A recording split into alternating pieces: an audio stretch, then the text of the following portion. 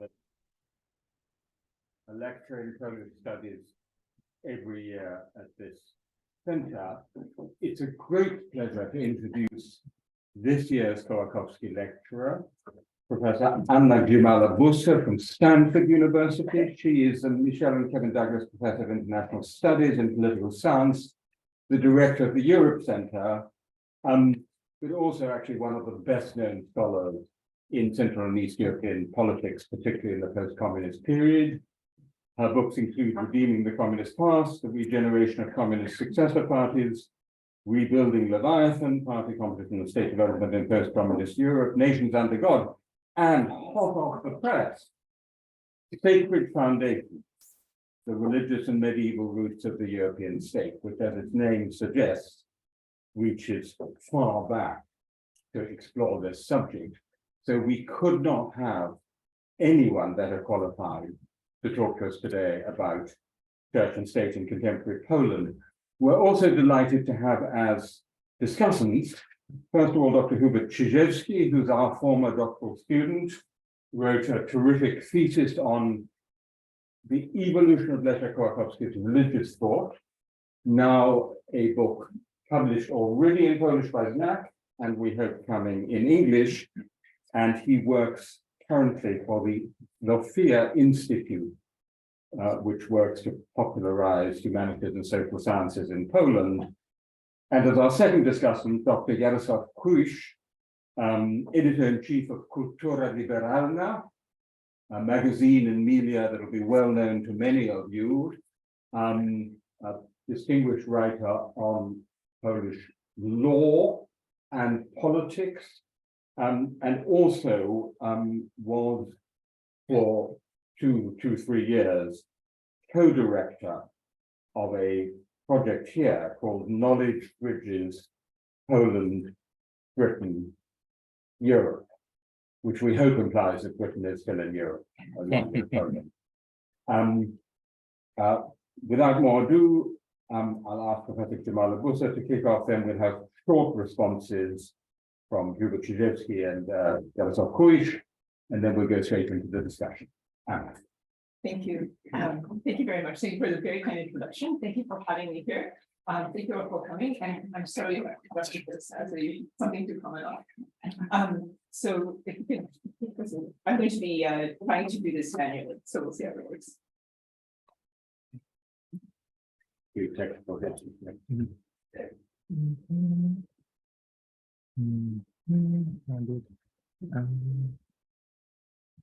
Sorry. This is part of the reason why I like to work on history, because we don't have to. Yeah. We're getting that.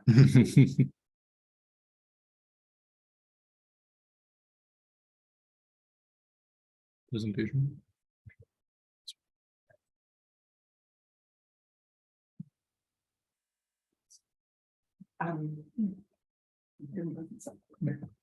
Now, it is Leszek Kołakowski was, of course, a distinguished philosopher and theorist. I am merely an empiricist.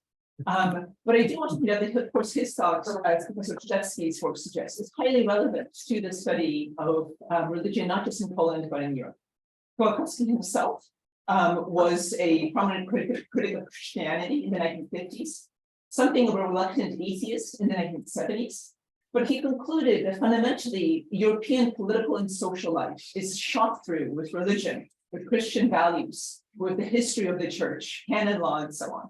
And it's that last point that I'd like to pick up on in this talk. And what I'd like to do today is talk about 3 different aspects of the relationship between church and state in Poland. The first of this is the religious nationalism that we see arising in the moral authority of the church, how that arose and how the church cultivated it. Secondly, how this moral authority allowed the church to influence policy, both under communism and in the new democracy, or the not so new democracy these days. And third, how we see sort of changing contexts.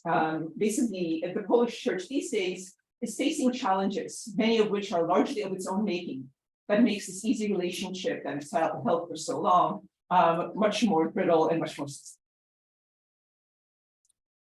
So first, the first thing to, of course, get off the ground is, what is religious nationalism? What do I mean by that, and why do we talk about it? So religious nationalism is the fusion of national and religious identities. When basically it becomes impossible to conceive of being a given nationality without also being a given religion. It often arises where the church has defended or protected national identity, so creating a debt of sorts. And of course, this is very much based on historical myths as much as reality. It's not necessarily the case that the churches always defend the nation the way they say they do. But these historical myths help to create powerful resources for both society and the church. And these are exemplified in many ways by Poland and Ireland in Europe. So in Poland, what we see is the church being a constant, despite the partitions, despite upheavals, despite wars. There's a perception that the church cultivated and protected Polish national identity during the most difficult times. It has acquired sort of a reputation as being both anti-imperialist and anti-communist, to the point where it's this easy sort of equation of Poles being Catholics. And of course, this is very much an invented history. Poland was multi-denominational and multi-ethnic as late as the mid-20th century. But nonetheless, this myth persists. And there's probably no better way of illustrating it than this poster, which was hanging, this enormous billboard that was hanging during the height of the abortion controversies. And it states, it's a quote from the Pope, Pope John Paul II, the Polish Pope. And it states that a nation, a nation that kills its own children is a nation without a future, right? So here is a religious authority speaking about national goals, and this resonates so much that this billboard is hanging, during this political debate. Of course, Ireland is a similar scenario where the church acts as an anti-colonial force, where we have hedge priests, basically covertly teaching children the true history of Ireland, of sort of being present everywhere in society, including this, holy water cistern outside of the bank in 1950s Ireland. There's a presumption of Catholic Ireland to the point that in the 60s and 70s, public opinion polls showed that in case of a conflict between church and state, 90% of the respondents in Ireland would side with the church, right? There's that strong of an identity. And of course, this lasts until the 1990s, when the church's moral authority falls apart in what some see is a harbinger of what might be happening in Poland. Now, this religious nationalism is very much in Latin Christian countries based on religiosity. As you can see, there's that nice 45-degree line that's the dream of every social scientist. That basically shows a very strong relationship between religiosity, measured by attendance of church services on the horizontal line, and the perception that one has to be a given religion, to be a given nationality on the birth line. And Poland, of course, here is an outlier. It scores very, very high on both of these measures. Now, so religious nationalism requires religion, but it also requires some additional storytelling, right? So again, this favorable historical record of the church's behavior to protect and to defend the nation. And if on the societal level, that results in religious nationalism, for churches, that favorable record results basically in what is known as moral authority. Yeah. Oh, And here, basically, the church, oh, no. sorry. Oh, sorry. That was the big given. There we go. It's back to moral. There you go, back to moral authority. So churches with high moral authority are seen as trusted representatives of the national interest and the common good. So they're seen as transcending everyday politics. They're seen as being able to truly represent the nation, represent broad interests. And this is, of course, a political power that very much rests on this perception of impartiality and nonpartisanship. That this is moral authority in the name of a nation. So it's both an incredibly powerful resource, but also a very brittle one. And the significance of this resource is that if the churches that do have this kind of moral authority can serve as powerful institutional actors, they can both sort of bring about greater political cohesion within society and bring about greater political influence themselves in areas that they see fit. And so when it comes to political cohesion, in Poland, again, the church was for a very long time seen as a defender of the nation, of sovereignty, and of individual rights. And so there's these spearheads, this sort of popular rejection of communism as both anti-Polish and as anti-Catholic after World War II. Now, this is of course not a this is a bit of a checkered history. Initially, the church is very wary of entering politics after World War II. It tries to negotiate with the state. It is persecuted. But what very quickly develops is this idea that the church will protect the Polish nation and will negotiate with communists on behalf of society. And the goal here is to build this kind of cohesive religious and political identity after World War II. One major symbol, of course, in this is the Black Madonna of Częstochowa, which was probably sort of the most sacred icon in Polish religious symbolism. This is an icon that's held in the national shrine down in Częstochowa. There's a miracle attributed to it during the mid-17th century when the Swedes invaded. The Black Madonna interceded, and so the Swedes were defeated and had to basically recede. The flood, as it was called, receded. Under communism, of course, my father was very fond of telling a joke that, the Black Madonna shouldn't have acted. We could have been Sweden. As made. This is very much the kind of symbols that are then deployed by the church itself. So, for example, after 1956, the Polish Catholic Church, under the leadership of Cardinal Wyszynski, takes a very deliberate strategy of deploying this national symbol and basically traversing Poland. Over the course of this peregrination, as it was known, the Black Madonna visited every single parish in Poland, right? So this took a very long time. It was enormous amounts of effort. It was spearheaded by Cardinal Wyszynski. And this, of course, basically built an awareness of a national unity, of a purpose greater than just surviving communism, but also transcending it as a nation built around this Catholic identity. And this, of course, culminates in the rise of solidarity in 1980-81, which, of course, we have an expert sitting on that next week, which appropriated this religious fusion, right? And the church's moral authority.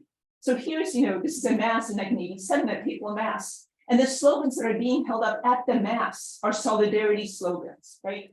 This is a nation that is rising up, using the symbols of solidarity and bringing these supposedly just political symbols to a religious celebration. And everybody knows what the subtext here is, right? That this is this is the real Poland.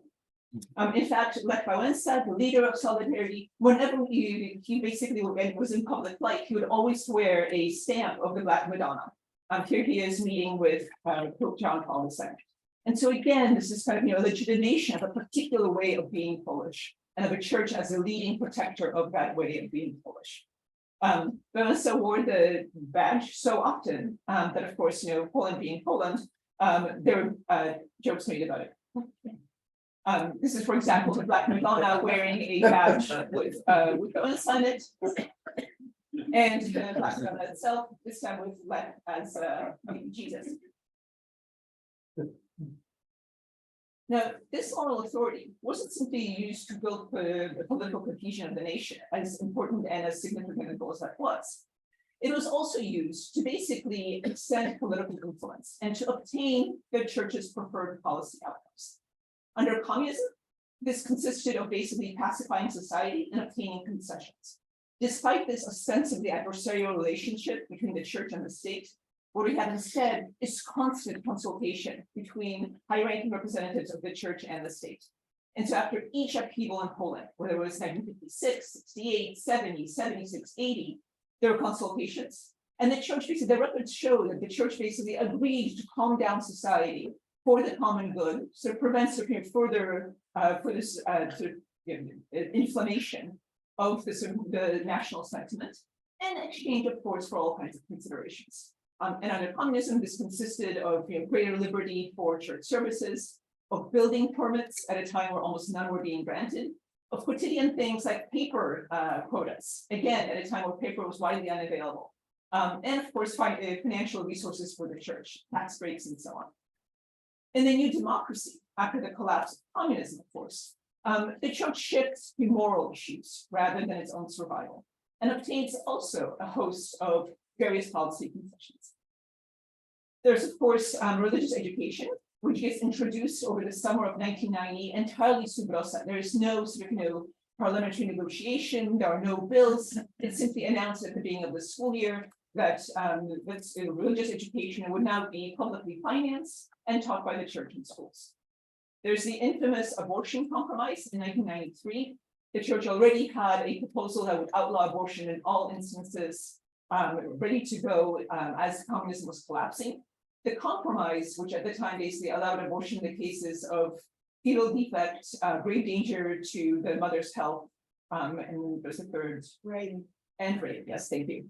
Would allow, this compromise, which would allow abortion in those three circumstances. It was a compromise that the church only agreed to because it didn't want to see a referendum, right, on this rather unpopular issue.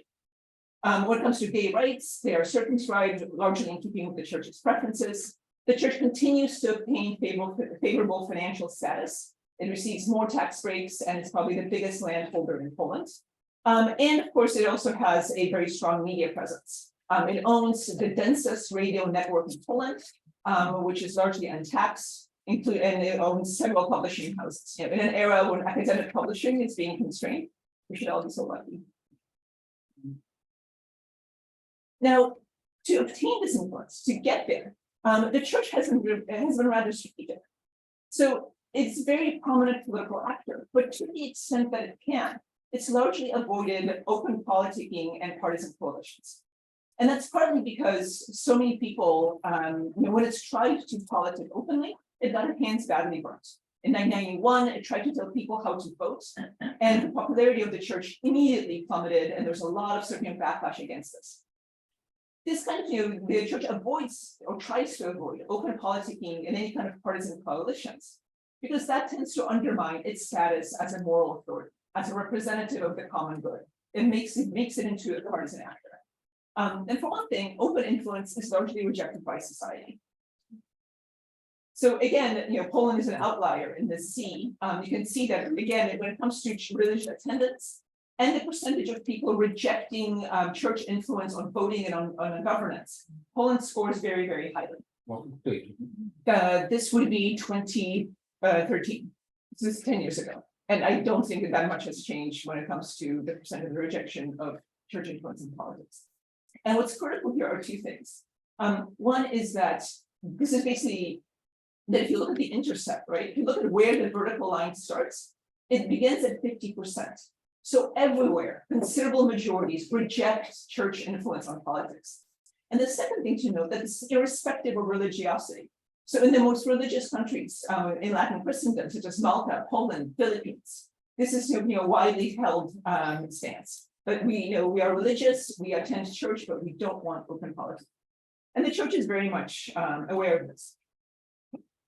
Poles themselves make a distinction between the public presence of the church, with which they're actually quite comfortable.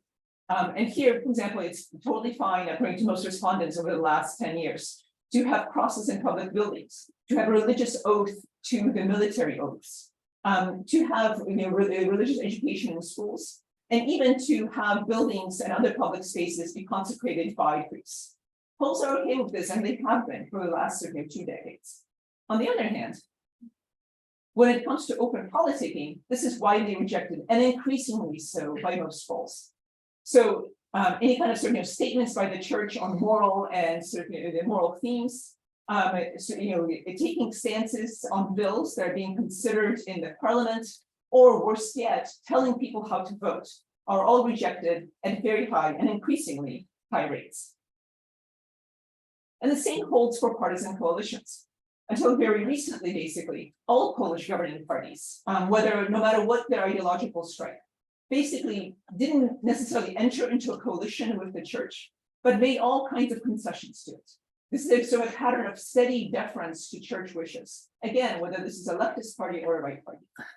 And again, there's a reliance on the church during these critical moments. Much of the communist regime turned to the church, so did this new democratic regimes. So in 1990, when democracy still looked very fragile and the economic reforms really started to take place, the church still had in favor of democracy. In 1987, during the constitutional referendum, which was also controversial, the church negotiated a favorable stance and sort of spoke out openly that this would be in the public good. And the same thing happened in 2004 during the EU accession referendum. But again, in each of these instances, the church spoke of the common democratic good, of the common European good, of basically political advancement and political development. And they had, and because voters basically reject both partisan coalitions and this kind of open politicking, the church has to be quite careful. What it relies on instead, it relies on its moral authority to basically gain institutional access. So rather than sort of use moral authority and basically have that erode through partisan behavior or open politics, the church instead basically acts covertly and directly on policy.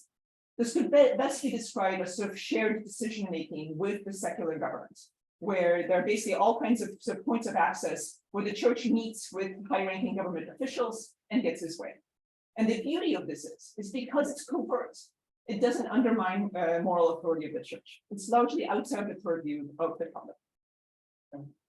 And there are numerous examples of this. In some cases, the state simply concedes certain state sectors, as in education, where education, as I mentioned, is publicly funded, but religious teachers are almost exclusively clerically trained. It consists of writing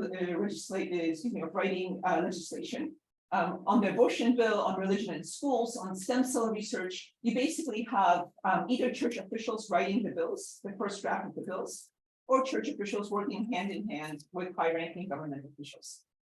The main forum for this was the Joint Policy Commission, which was founded in 1948 and had met, both under communism and under democracy, as serving a point where the sort of top representatives of both the episcopate and the communist and then democratic government would meet, negotiate policy, and behind closed doors, hammer-out the kind of deals that would then form the basis for parliamentary bills and for regulations. And finally, this took the form of vetting of officials. For those of you who read Teresa Trańska's Myth, there's these amazing passages where, literally the archbishops pick up the phone and say, no, you can't have this person or this person or this person, they're unacceptable, try someone else. And the government officials in these early days of democracy, fearful of church opposition and church criticism, basically give in. And again, this is part of a broader pattern, right? Moral authority happens to coincide with high policy influenced by church. Once again, Poland here is the outlier, where we basically have both certainly high moral authority and high policy influence. With certainly the closest contenders on that, again, beautiful little 45-degree line, are Philippines, the US, and Poland in very, very different ways. Mm-hmm. So in short, what we basically have had for a very long time in Poland is a church with a favorable record of defending the nation, a church that gained moral authority, which is then used to influence policy, and a church that was in many ways seen as essential to the survival of the polity, of ensuring sovereignty and democracy. But what we see much more recently is a very changed political context. The first thing to note is that as time goes on, church support is no longer necessary to ensure sovereignty, to ensure democracy, for that matter. The church, by necessity, is becoming less of a political actor as the democratic regime, or the regime after 1989, has basically consolidated itself. And instead, what we see are sort of three different ways in which the church has undermined its own moral authority.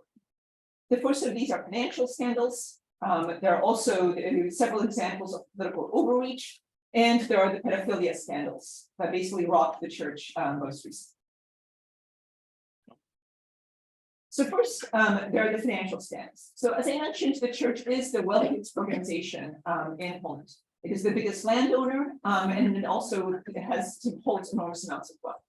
It has received all kinds of tax subsidies and tax breaks. So in effect, it's one of the lowest tax rate payers in Poland. It is funded by the state. State resources are funded to the church through various subsidies, charities, and so on. And because the state has not released any information on the actual amount of the funding, the estimates, basically start at something like £200 million and end close to £1 billion annually, flowing from the state budget into the church. And unfortunately, what's increasingly come to light is that many of these funds have been abused. So you have sordid stories of clergy, basically buying land for their private use, clergy basically acting as real estate dealers rather than as spiritual leaders.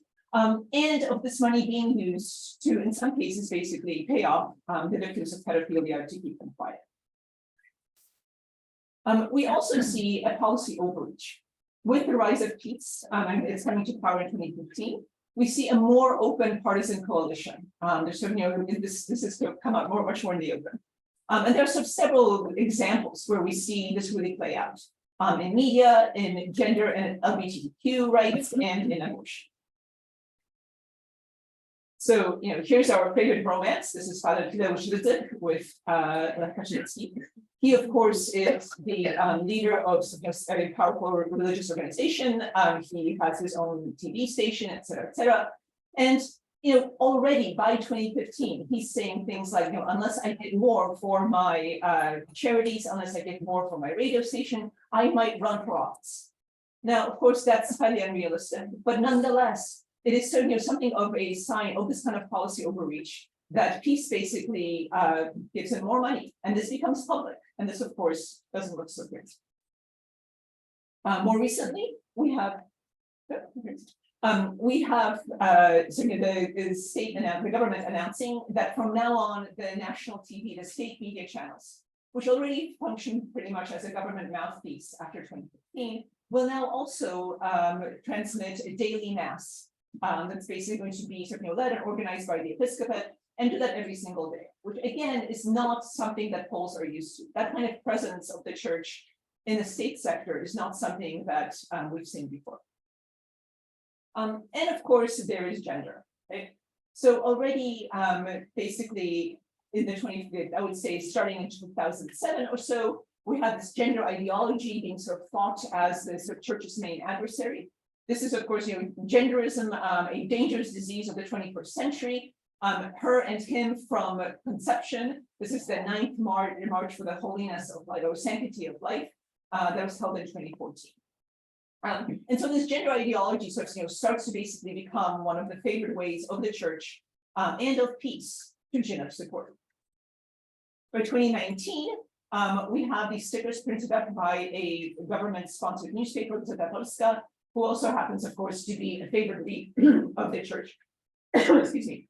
To basically create LGBT free zones, right? You're supposed to slap this sticker on your shop or on your car, or your house, to indicate that this is not a zone where LGBT people are welcome.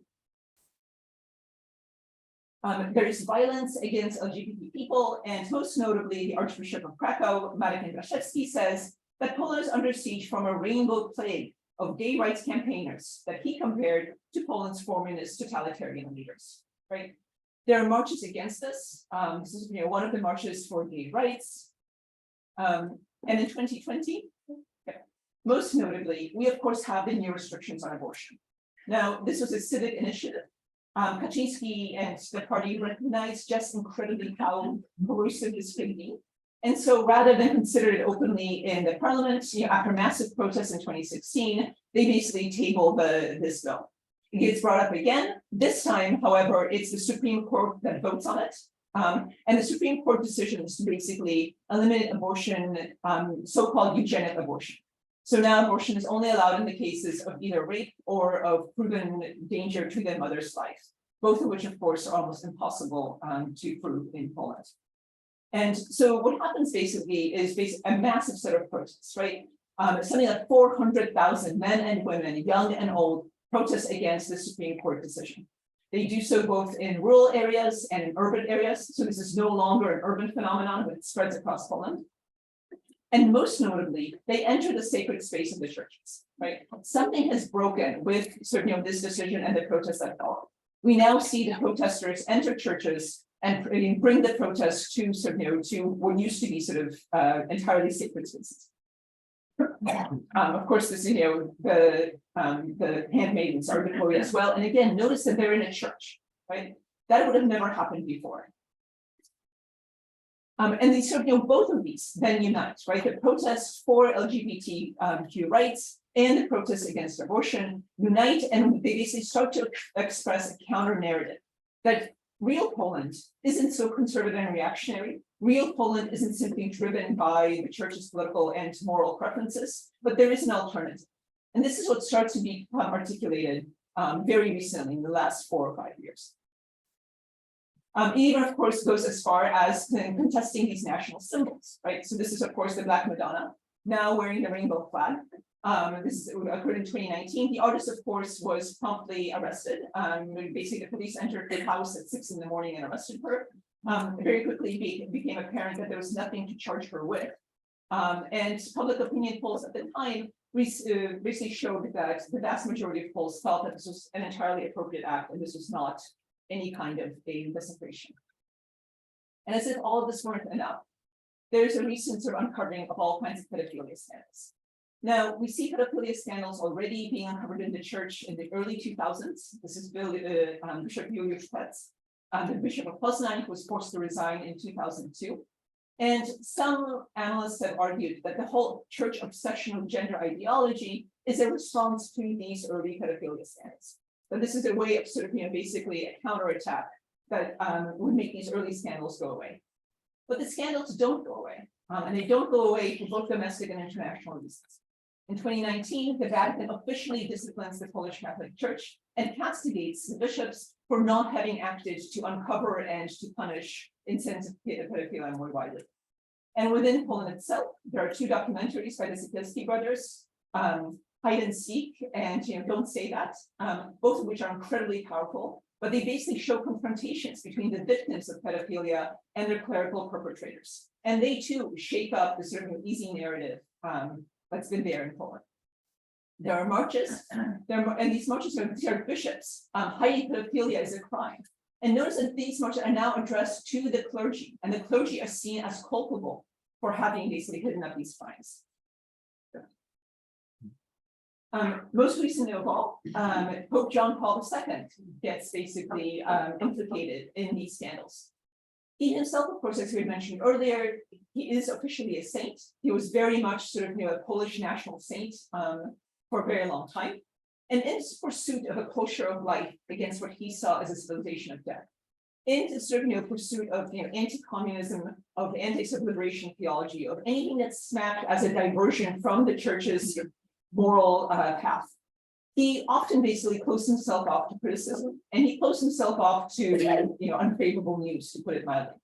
And so he now stands accused of having covered up pedophilia scandals, both as Archbishop in Krakow and as the Pope himself. There are several instances where basically prominent clergy in Mexico and other places were simply moved around. So the Pope himself, the symbol sort of this fusion of Polish and of Polishness and Catholicism, is now being sort of undermined and is seen by some as a giant with feet. Of course, the current party announces itself to be the defenders of the Pope. There's a parliamentary resolution to proclaim him the greatest Pole that ever lived.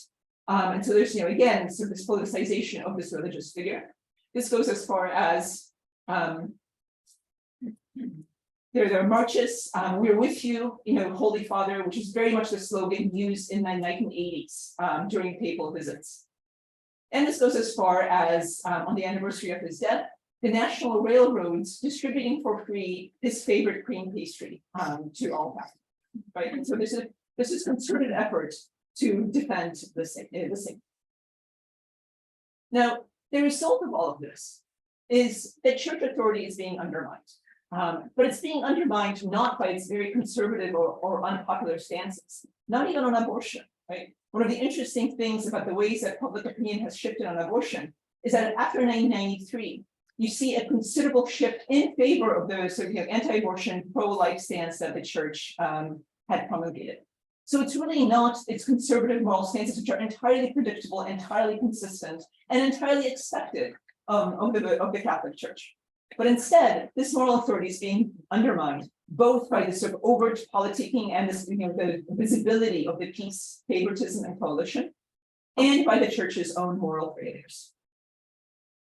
And the result of this is that the proportion of Catholics attending Mass has dropped significantly from something that basically it's from 57% in 1990 to 28% in 2020. So it's basically a halving of the rates of people who actually attend church, which is one of the measures, more rigorous measures of determining religiosity. The note here, the sort of line here is when Kuisz enters office in 2015, and you can see that there's a sort of, an even more precipitous rate.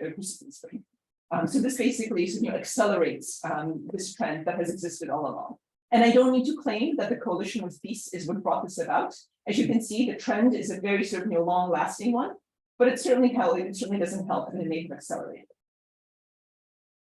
And of course, we see sort of other implications of this. Perhaps the most worrying one for the church, and the church is openly very, very worried about this, is that church attendance has dropped the most among youth, right? So we go from a situation where over 2/3 of young people ages 18 to 24 attended church in 1990 to a situation where less than a fourth does so just 2 years ago. And this is data from 21. There's nothing to indicate that this has been arrested.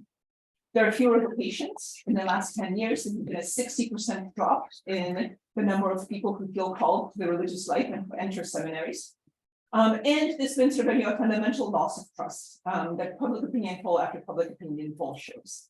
That the church has gone from being the most trusted of public actors to being a much more suspect one. Now, in a sense, this is an irony because these are challenges that are very much of the church's own making. The church had a very privileged position in Polish society for very long. And that meant that it didn't, engage criticism, it didn't even engage the laity as sort of, equal builders of a faithful community. The church portrayed itself as being sacred, but it's not sinless, right? And it's that sort of, disparity between what the church demands of society and how it portrays itself, and its actual behavior as it's increasingly being revealed, that I think has led to the sort of loss of trust and sort of loss of faith. And quite frankly, these days Poland is both sovereign and autonomous, if not entirely democratic, but the church is not necessary to any of that anymore, right? Polish sovereignty is now being ensured by NATO, not by the Catholic Church. And so, I think the grand irony here is, of course, that Leszek Kołakowski himself told us the biggest danger to Christianity are Christians themselves, and Poland may very well be a case.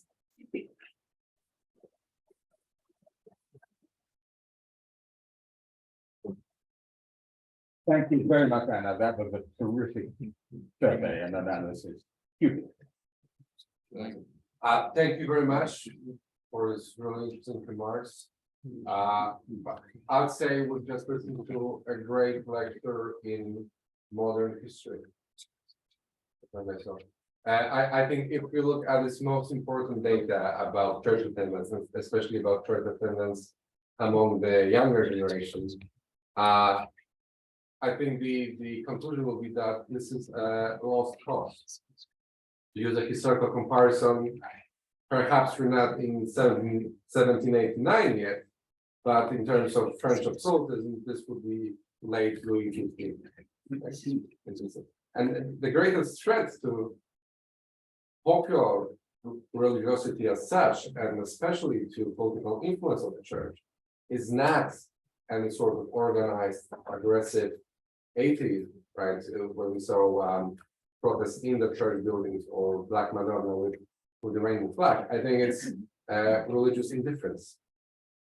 And this is precisely what happens now in society. This is precisely what happens now simply with economic development, with church losing its traditional role as sort of social actor, especially in local communities, when the local church will go priest, so the traditional leader of the community, where the church and church activities were sort of focal points for social life, entertainment, sport, and so on.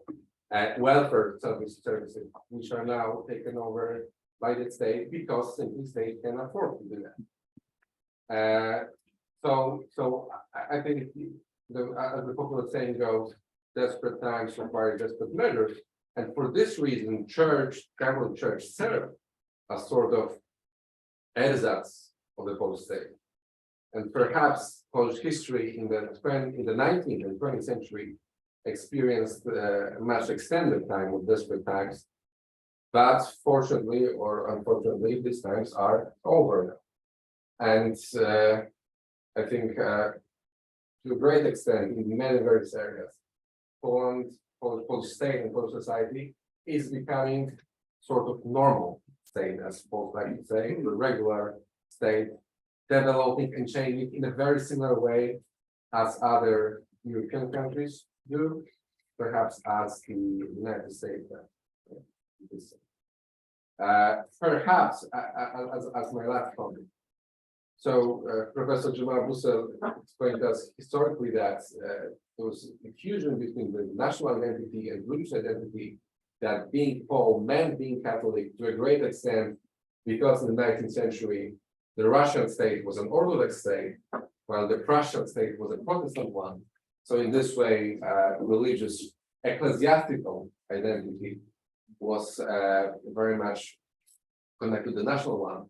Perhaps, but this is a great question mark for the next decade. And so once the structure of Polish society changes because of migration, because of influx of more than 1 million Ukrainian people over the last year, and they're having a sort of non-Catholic, perhaps to some extent Orthodox identity again, this could be a potential source of renewal of this connection between Catholicism and Polish national identity.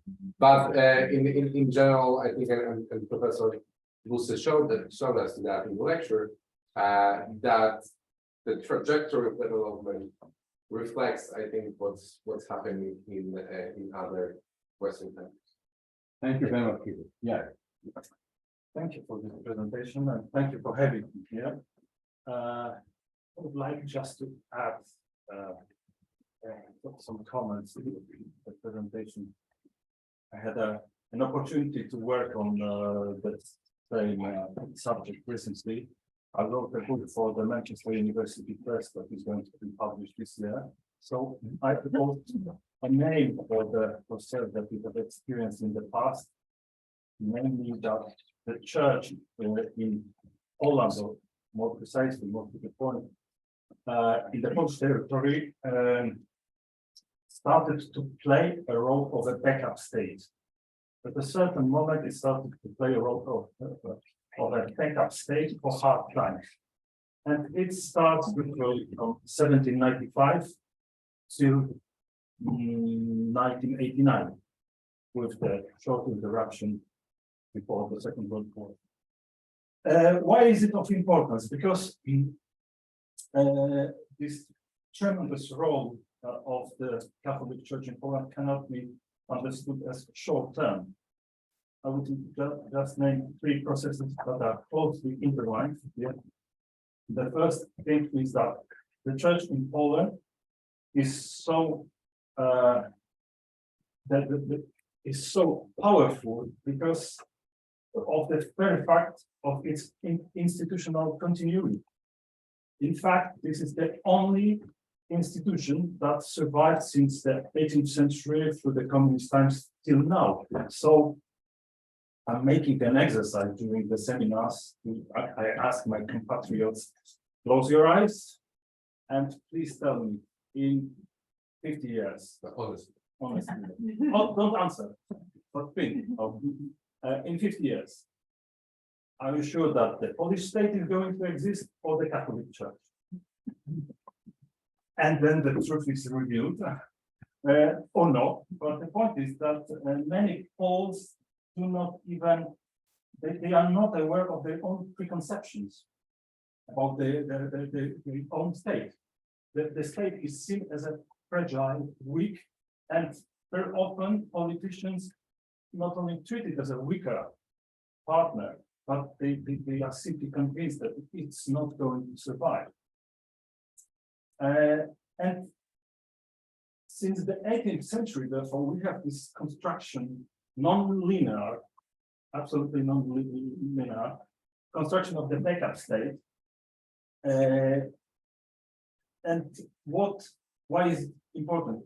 There is no time to develop it, but just one example. In the 19th century, we saw that the first struggle to strengthen the state at the expense of the Catholic Church in the countries like Italy, Germany, and obviously France.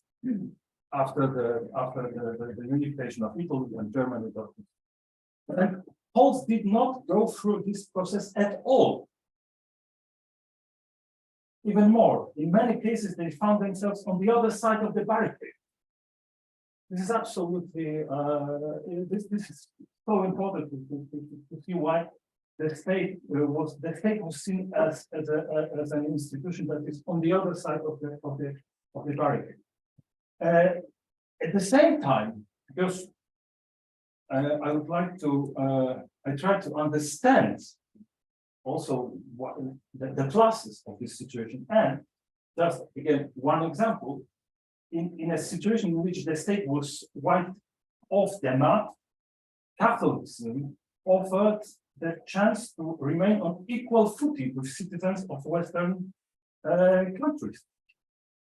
That was so important to get this bonus of equality that in the 18th century, not only in the 19th century, but also in the 20th century, it played a role for the society. Then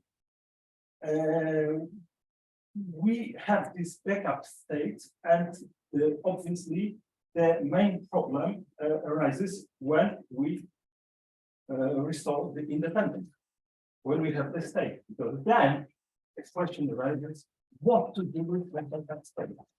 And this is again fascinating to see the history of the question, because in the Second Republic of Poland after 1980 and after 1989, virtually the same processes took place. It's interesting to see that the church, the Catholic Church in Poland, wanted to gain as much property as possible, and there is one wonderful quotation from Marshal Józef Piłsudski. He uttered these words in 1939. Relations with the Polish clergy are very difficult. The bishops would like to take everything, property, power, government, all of Poland. Nothing can satisfy them, nothing satiates them. End of quotation was fascinating because it was noted by priests. And then it meant that this applied not only to material matters, but also to symbolic ones. For instance, in Vilnius in 1939, there was a flood, and after the flood, the royal remnants were unexpectedly discovered, and the question is to whom the remnants belong. There was a debate. So we have the material area of the debate, but also we have the symbol and the sacrum of who is in power. One more issue as to the current, what was said in the end. John Paul II, you are ahead of the coronation here. Probably it's unknown to many that in Poland we have a monarchy as well. Our Prime Minister, Mateusz Morawiecki, said about John Paul II that he was an uncrowned king of Poland. I took it seriously. Because it's easy to say, to dismiss it as a kind of some pretentious wording. I think that's what should be perhaps highlighted more, and what was mentioned in your presentation is the culture of death. If you remember that the culture of death was introduced in the 90s, among others in the papal encyclical Evangelium Vitae of 1995, but before and afterwards it was quoted. It's interesting because of 2 points. Firstly, as you probably know, there is this highly interesting book written by Ivan Krastev and Stephen Holmes on the invitation of the West, and this example countered this narrative, at least in the case of Poland, because from the very beginning, that was the limit to imitate the West, and it was even more so. It was proposed by the Pope, whose role we have already mentioned, but the Pope who knew the realities of the West, which is crucial because the majority of us have absolutely no idea what is it all about, the culture of that in the 90s. Why is it so interesting? Because John Paul II, he supported Poland's entry into the EU. And it made me think that at least it poses as a question, because he was fully aware of the secularization processes that are taking place in the West. What's more, in one of the books on the Christianity, his viewpoint is described as an attempt to counter the Vaticanum Secundum, so the process of liberalization of the church. Why is it so incredibly interesting? Because at the same time, the Pope supported Poland's entry into the EU, so he must have had an idea of its role for the future. And it is the question, my question that seems to be justified if we go through the timeline, that we could suppose that Catholic Poland was supposed to be a kind of a defensive wall against the civilization of death, or perhaps even more so, an outpost for a possible possibility to evangelize the West. At least we should consider it, because again, for the Poles, that was terra incognita. They had no idea what was the whole discussion about the social phenomena in the West. But for Pope, that's not the case. That's not the case. He was fully aware of the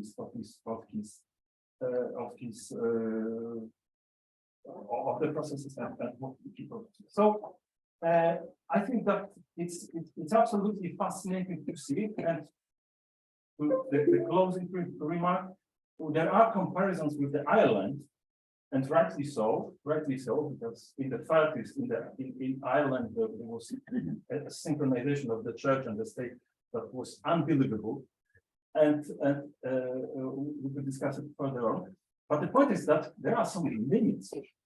There are some limits, because we saw the data of the secularization, but at the same time, one should be aware what's going on in Poland, that the institutional influence.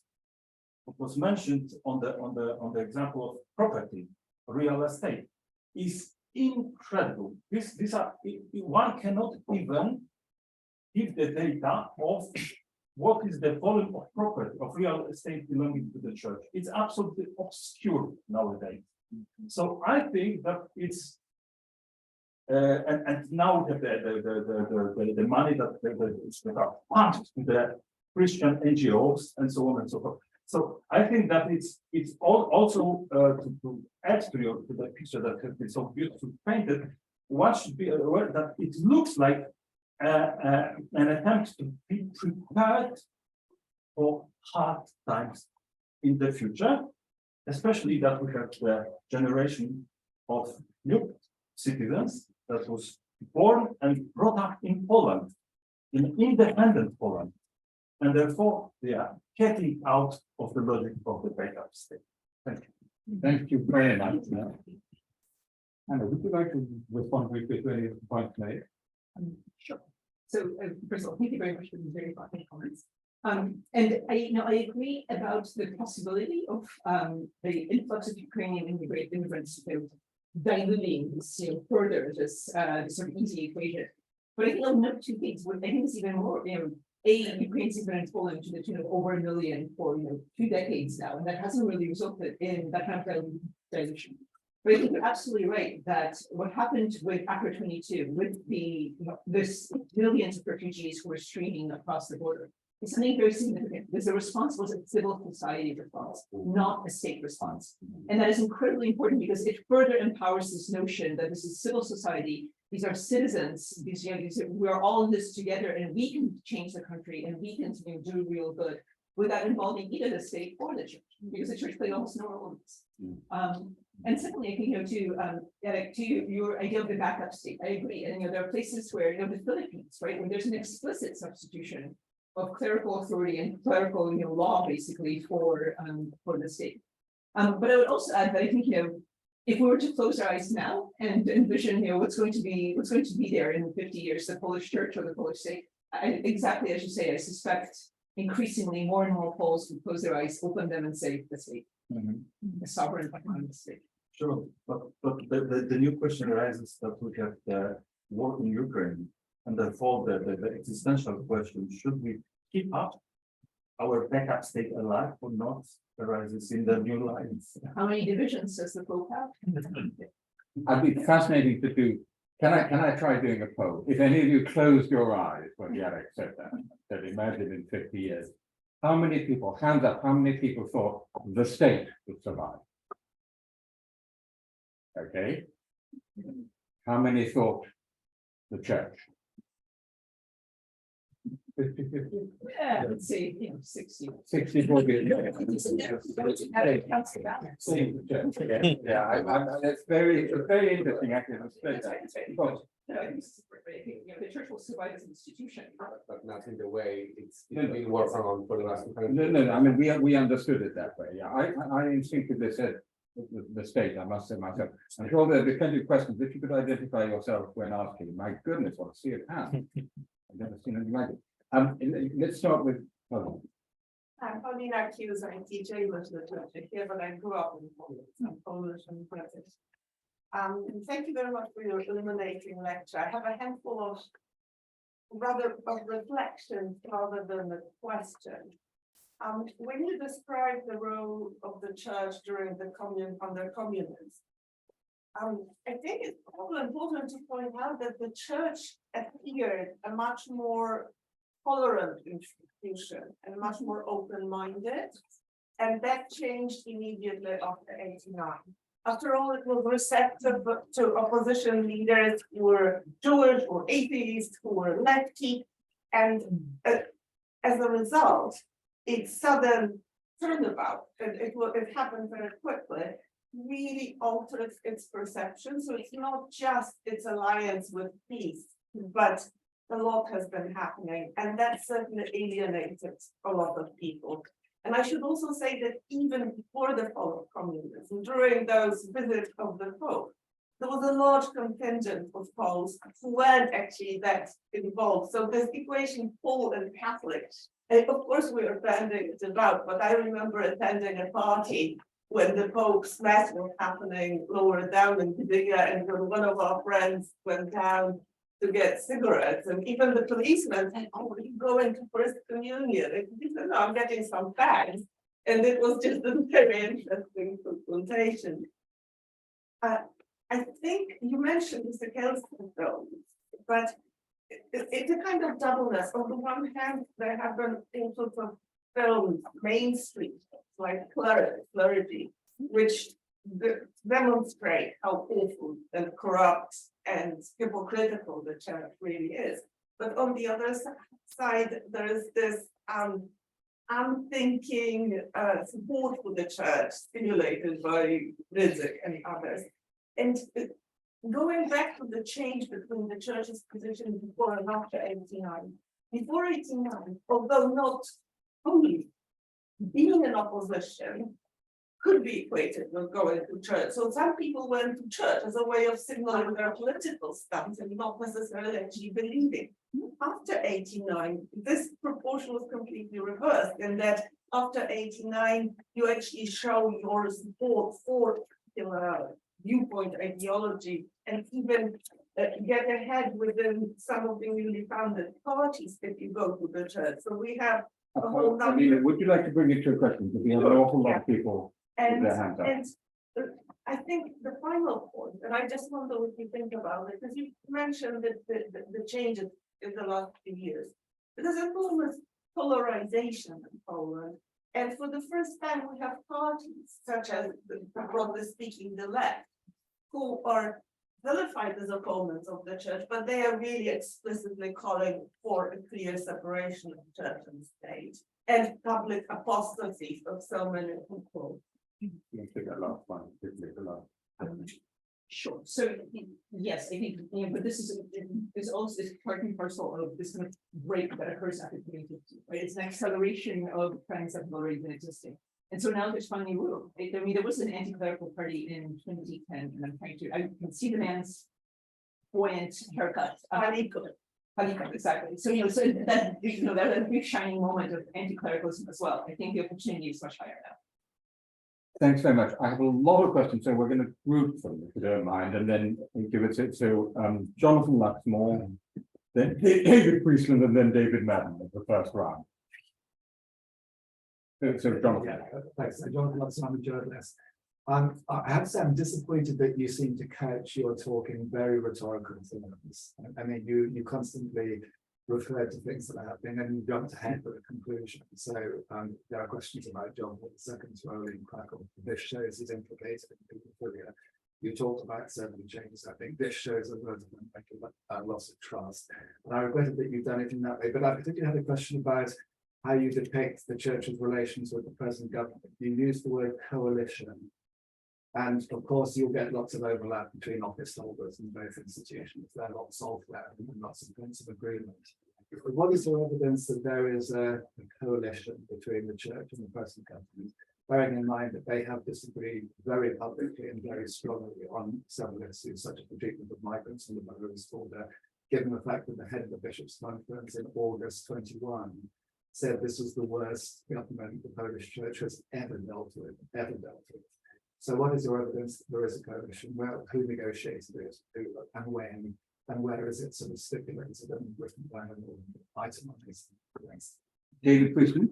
Hi, I'm David Priestland, historian here at Oxford, and I really like the way you brought your comparativist approach to this question. So you're, on your argument, I could see it was a compelling argument that in a way it's the church's missteps, involvement in politics in Poland itself, like Polish explanatory factors, which help to explain this loss of respect and loss of popularity. And I can see that the American comparison is good there too, works because clearly the religious groups have become particularly associated with a particular brand of, I suppose, Cold War, post-Cold War nationalist politics. But I'm just wondering what role broader international global factors might have, and that particularly relate to the Catholic Church, i.e., I suppose in the last, I don't know when, but the last, probably since about the financial crisis, issues of gender, sexuality seem to become much more salient. Correct me if I'm wrong, but seem to become much more salient in political debates and cultural, so-called cultural wars and these issues. And it seems, I mean, presumably the Catholic Church finds it particularly difficult to deal with those issues. So I'm just wondering how far this is a global problem, or perhaps a Western problem with the Catholic Church, rather than something specifically about missteps in Poland. Thank you very much. And David Madden. Thank you. With the man himself present on screen, what does an inconsistent atheist believe in? I'll take this in reverse order. I think an inconsistent atheist is someone who doesn't particularly traffic in religious belief, but bases his reasons for that on different principles. And so I'm certainly not a Kolakowski expert, but it seems to me that he moves away from this sort of critique of Christianity, moves towards a critique of socialism. And depending on where you are, basically in the Seventies, the two marry in various ways, divorce each other, get back together, etc. That's all I know. It was, I think, a flourish more than an argument.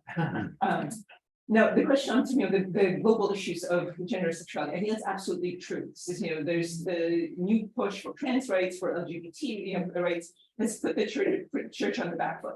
But it's responded very differently, right? In the United States, for example, the Catholic Church has absolutely said nothing, right? There's no fighting the culture war. Since the pedophilia scandals that are up in the American church, the church has been much more careful to even talk about it stuff.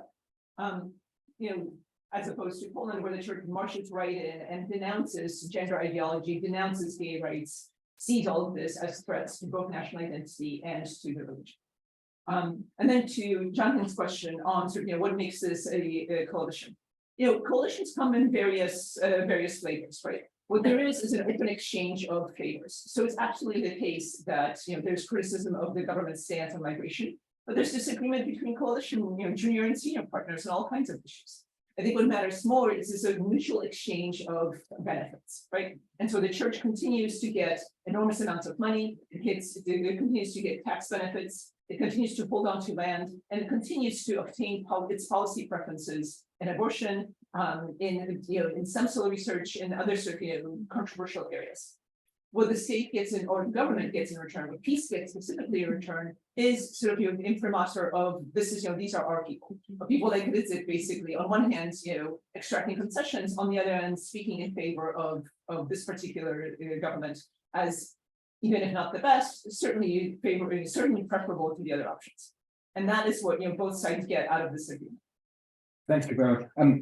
I have to bring in Hubert on an inconsistent atheist. Tarkovsky. A brief summary of your life's work on Tarkovsky. I think what Professor Busse and what Kolakowski told is that there's more into religion than ecclesiastical audience. There's one to tease than being a person who goes to church or listens to bishops. Brilliantly concise. Thank you. Stefan, Thanks very much for a fascinating talk. I have two questions, if I may. The first one, I guess, is a kind of methodological one. I'm curious, how do we know when the church is influenced and whether, or how best we can measure it? I'm struck by variation, in particular, in the area of foreign and security policy already mentioned. Both John Paul II and the Catholic Church supported Poland's EU accession. For instance, on the other hand, also mentioned by Jonathan Waxmore, the Pope and the Church opposed Poland's bandwagoning with Washington during the drug crisis. The church has also made some noise recently in support of the refugees crossing the Belarusian Poland border, two cases where the preferences did not impact the policy choices. So I guess the question is, how do we know when is it a matter of influence rather than confluence? EU accession, for example, and what factors explain lack of expected influence in some or other policies? Is it down to issue salience or the intensity of church preferences or something different altogether? The second question, very briefly, given the kind of almost ideal type welding of the national and state, religious and state identity in the Polish case, not national identity, religious and national identity in the Polish case, in your view, what's the level of the church's influence during the past 30 years? Inevitable? Almost overdetermined, or are there factors, perhaps related to the nature of the political and socioeconomic transition that worked in favor of the church to the detriment of a more meaningful separation of church and state? thank you very much. Often. Thank you very much, Anna. I've got three interrelated questions. And I wasn't sure in the end. I mean, we do see the slowdown of Turkish the church's popularity. But what is the main reason, do you think? Is it because there is secularization and the Poland is a more Western state? Is it because we've got the scandals, or is it because the state is trying to impose its will on the church? Then my other question is, we understand better, I think, the popularity of the church from an institutional analysis, if we also see what kind of trust there is towards the other institutions. So if there was a graph, telling us what is the military, the party politics and all that. And my third one, which is connected beyond institutional analysis, can we go for an identity-based analysis as well? Because if the Polish identity is clearly attached to religion, then those popularity contests don't really matter. And I like the fact that Jarek compared with the monarchy here, because this has been one of my arguments as well, that this country doesn't have a church and religion as it is in other countries in Eastern Europe or Southern Europe. And in that sense, you've got the institution, you've got the church, which is part of the identity, and it is beyond time. Thank you very much, Often. And Paul Chase. Yeah, and it's the same point as often, so very briefly. To summarize your argument, could we not simply say that this is just convergence taking place, that communism was an aberration, as the communist generation dies off, Poland just simply converges, with what, on the sort of path of development that we see in all modernizing societies. So first, to seven. So when it comes to how do we know the church has influence? So what I did basically was to quite explicitly compare the church's domestic policy desiderata against the outcomes that it achieves, right? And this is in areas of education, marriage law, divorce, stem cell research, gay rights, abortion, and so on. Because these are its stated preferences, right? So these are the places where across the different national contexts, we would expect it, the greatest potential influence. You're absolutely right. The U.S. Bishops' Conference spoke out against nuclear weapons, and there's actually no traction there whatsoever. So what needs to happen is basically, on one hand, the stated church preferences in a sphere that encompasses its moral authority, right? Or a sphere that its moral authority encompasses. And those are seen as legitimate claims on the body politic. And depending on what points of access the church has and the kind of moral authority it enjoys, it either will or won't get its way.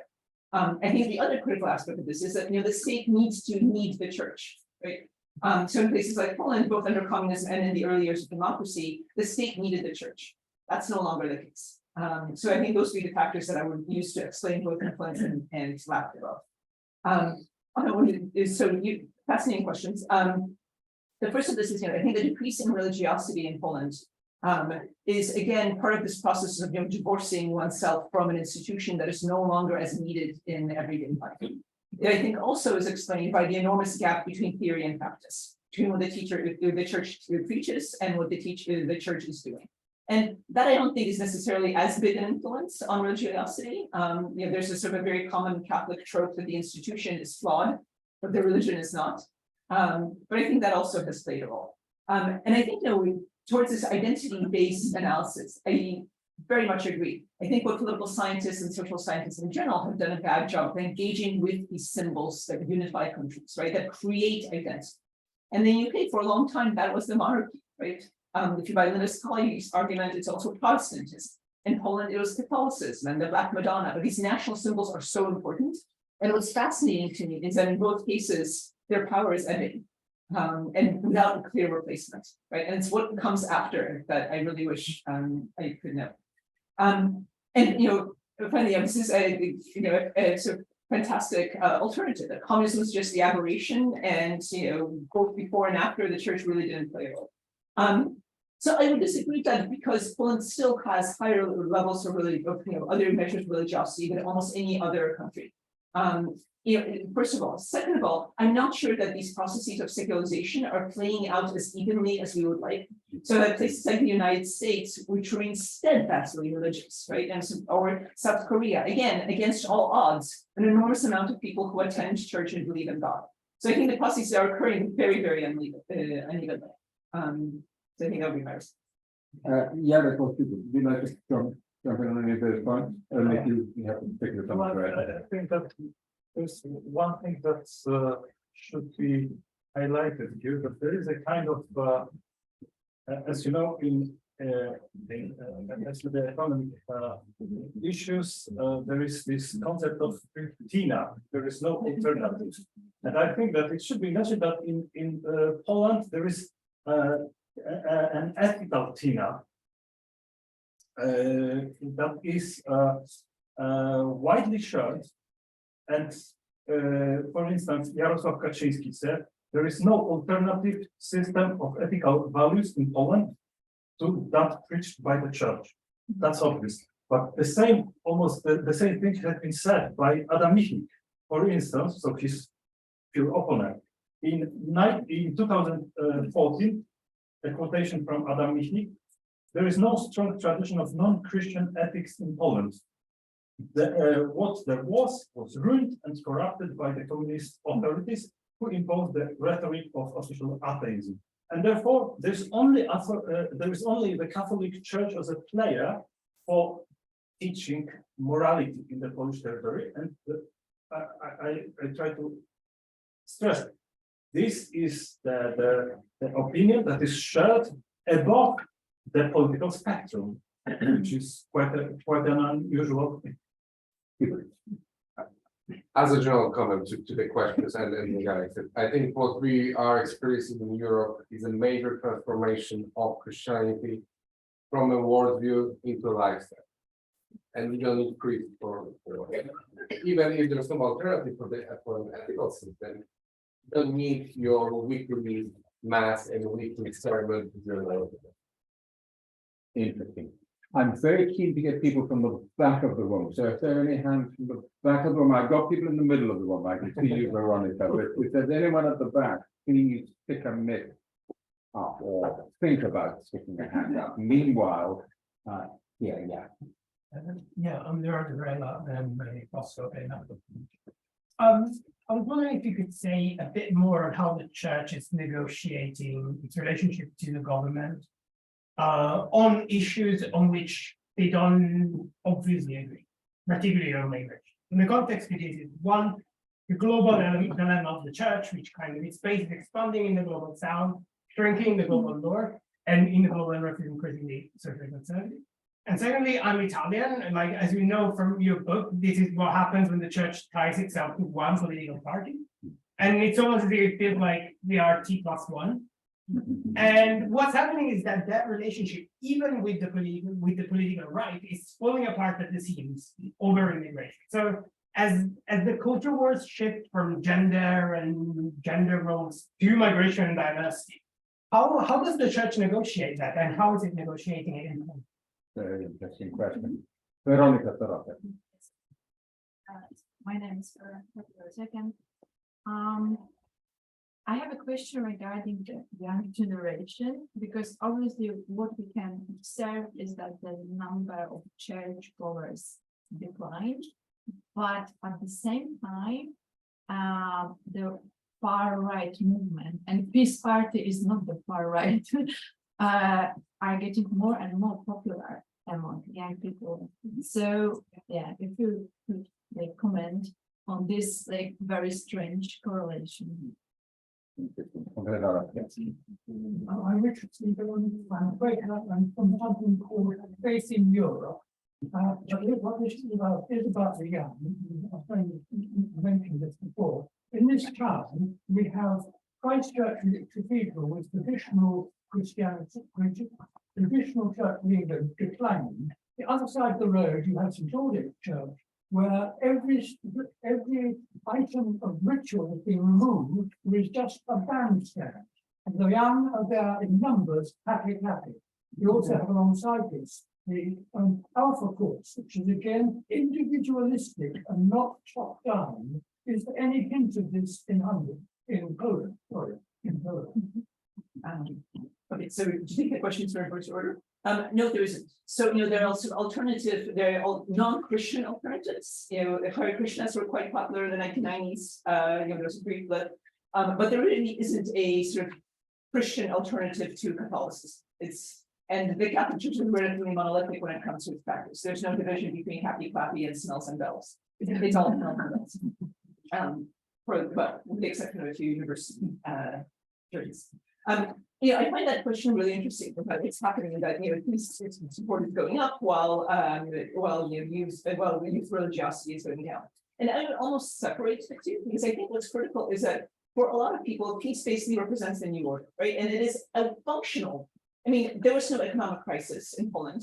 The subsidizing the subsidies that were given to families, which benefit young Poles the most, did not hurt the budget. And instead, I had plenty of cousins who will say, look, I'm totally opposed to peace's politics. On the other hand, I'm not going to afford extra violin lessons for my kids, right? That's the bargain I think that our Poles are willing to strike. And then if you view it in those sort of terms of political economy, it might not be so surprising that young voters are plumping for peace because they see the stream of benefits that continues along with economic growth and new opportunities. And finally, on the question of migration, I think it's absolutely fascinating one. And this is, I think, where it's a really interesting place for the church to demonstrate its integrity. And there's plenty of it, right? To demonstrate that, on immigration, we are all the same people. That which you do to the weakest and the most vulnerable, you do to me, that whole theology is very much can be present there. And it can exist alongside the kind of side deals that we make, that the church makes with the political parties. I don't think necessarily the two necessarily contradict each other. And again, there have been plenty of statements made on climate change, made on certain poverty, made on the need for greater charity, made on the need for to counter racism, et cetera, and they haven't really made a dent in policy or in political preferences. But they do allow the church to maintain this integrity, theological integrity when they issue stances on these issues. but it's not a particularly sort of politically powerful one, nor is it one that undermines certainly the existing coalition. So, you know, in the language of my friends from security studies, in effect, it's cheap talk. Yeah, go Hubert, do you want to comment on any of those? Well, I think that one thing perhaps should be mentioned also here is that there is a background of the immense and cruel hypocrisy in Poland. And I believe this is also a factor that contributes to the possibility of playing these politics, because it is sometimes cynically played. And I cannot give a better example than a quotation again from Jarosław Kaczyński, who said, this is absolutely unbelievable, on the abortion issue. Any intelligent person can arrange an abortion abroad. It's incredible, but he said that in public. So it's So we're playing the game. we are playing the game. It's incredible, but it's true. And so, if I may, just one thing about the rise of right-wing politics and the declining numbers of religiosity among the youth. I think this is again one of the indicators, one of the proofs that we should stop identifying religiosity with right-wing politics.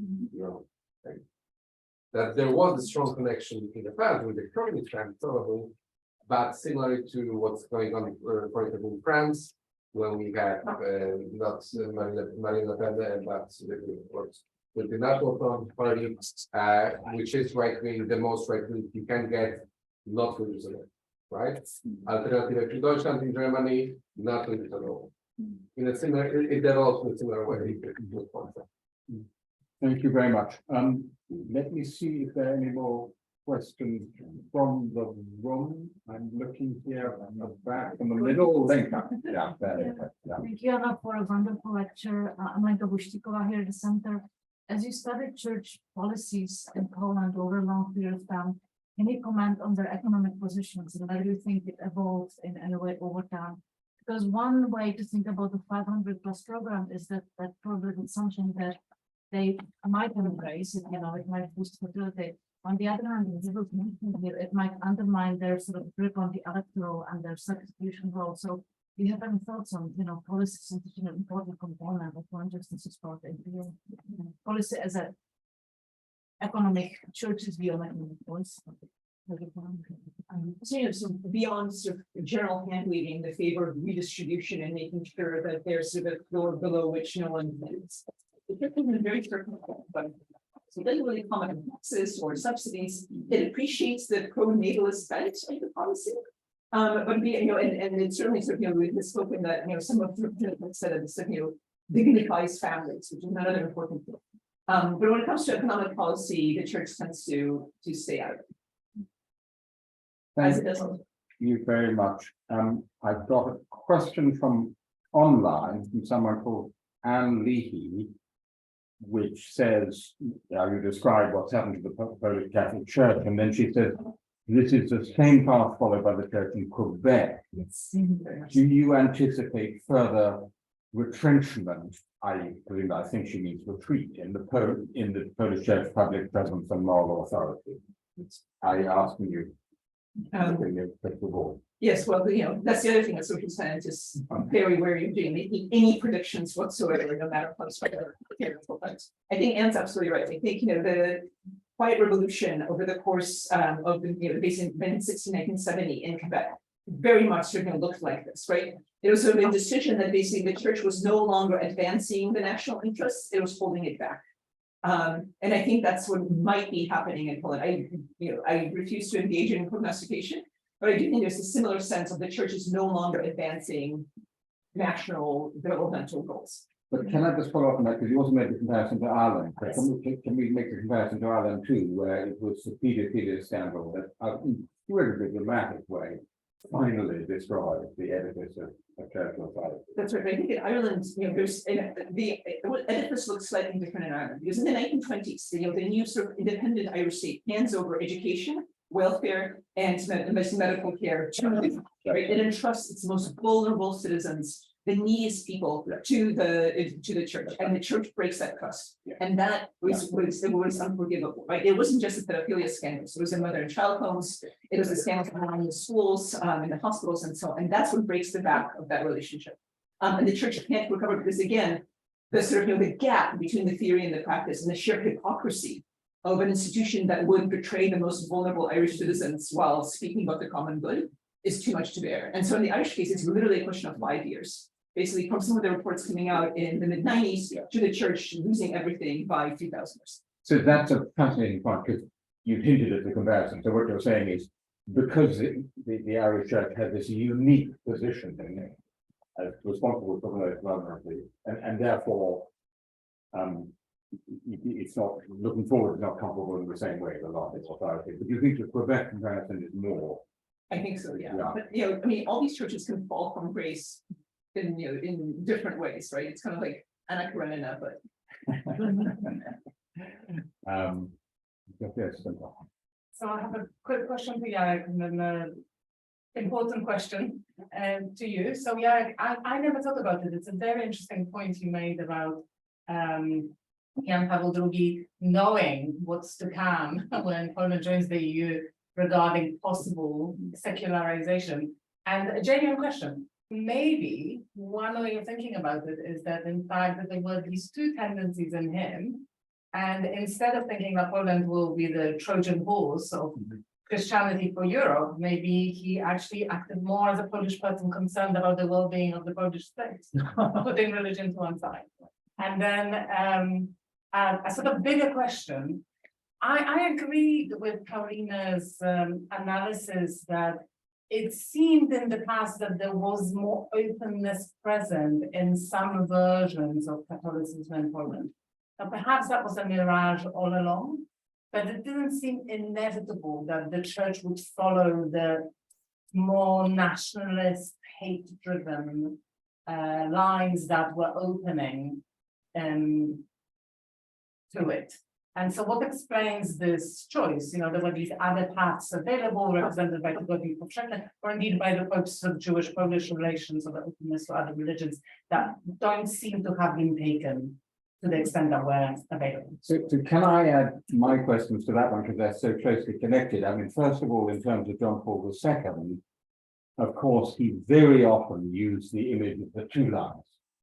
The Europe needed the two lines. So to what extent we think that was part of his motivation in wanting Poland to come into the EU. And also, of course, he was a great critic of capitalism. I mean, he was very much in the line of traditional Catholic social teaching. The second thing is just to kind of push even further Zosia's question. What on earth happened to the church of Kultura and Tygodnik Powszechny and Jerzy Czorowicz and Józef Tischner? I mean, that was the church of the Pope, and it was the dominant voice in the 1980s. So there's something truly to be explained there.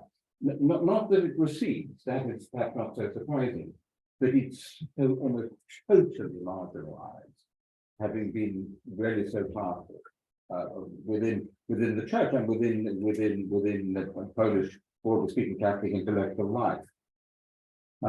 So perhaps, are there any more questions from the room? I think we'll take them now. Speak now or forever.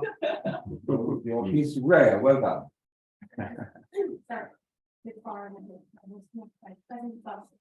I have a question. In a lot of countries, the churches providing some sort of Please speak up a bit. In a lot of countries, the churches providing some sort of social welfare. For example, for homeless people, that currently still the case in Poland. And if so, is it because of the large state funding, not actually indirectly the state's social welfare that benefits the religion?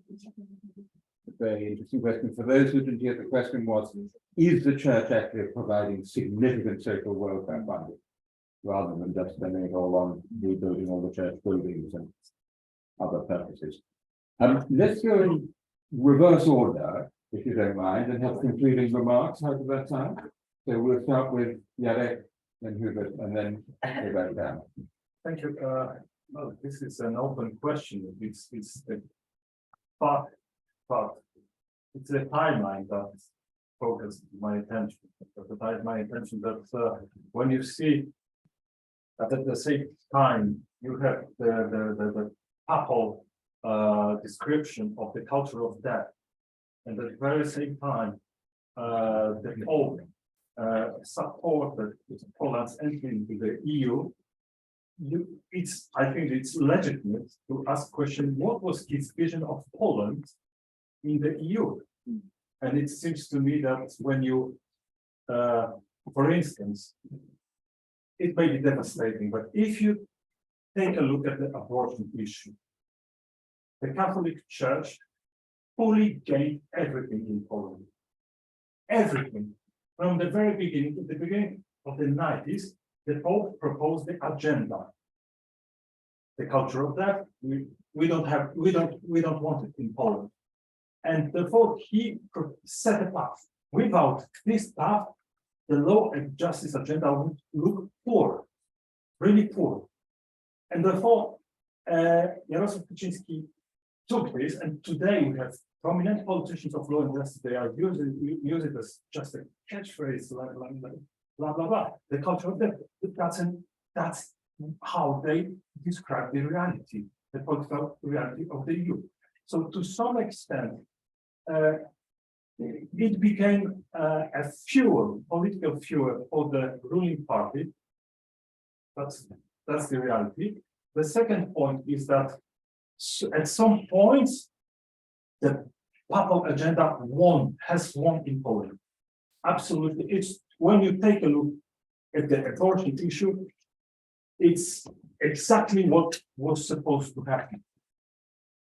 So as to the EU ambitions, that's an open question, but if you take the timeline of Poland, it provokes to ruminate at least. And what is more interesting is the last visit of the Pope to Hungary, and when Pope Francis, and then you see that it's the question that there was a kind of misunderstanding, at least in Poland, that and it refers to the question of Godnikowszak and Wojtyła's church. There was a kind of misunderstanding, I assume, that we could, with the benefit of hindsight, we could say that we thought that the church is anti-communist, and therefore it's pro-democratic and perhaps even more so for a liberal democracy. That was a mistake. Today we see that it should be at least nuanced, that the Pope goes to see Viktor Orban, and virtually it is a question, what is the message of this visit? And therefore, I think that being anti-communist is one thing, and being pro-democrat and pro-liberal democrat, even more problematic, was a kind of illusion or mistake that we have perhaps all made. Now we realize that it took place. Thank you, yeah, sure. As a concluding remarks, so maybe I will say that again in a different way.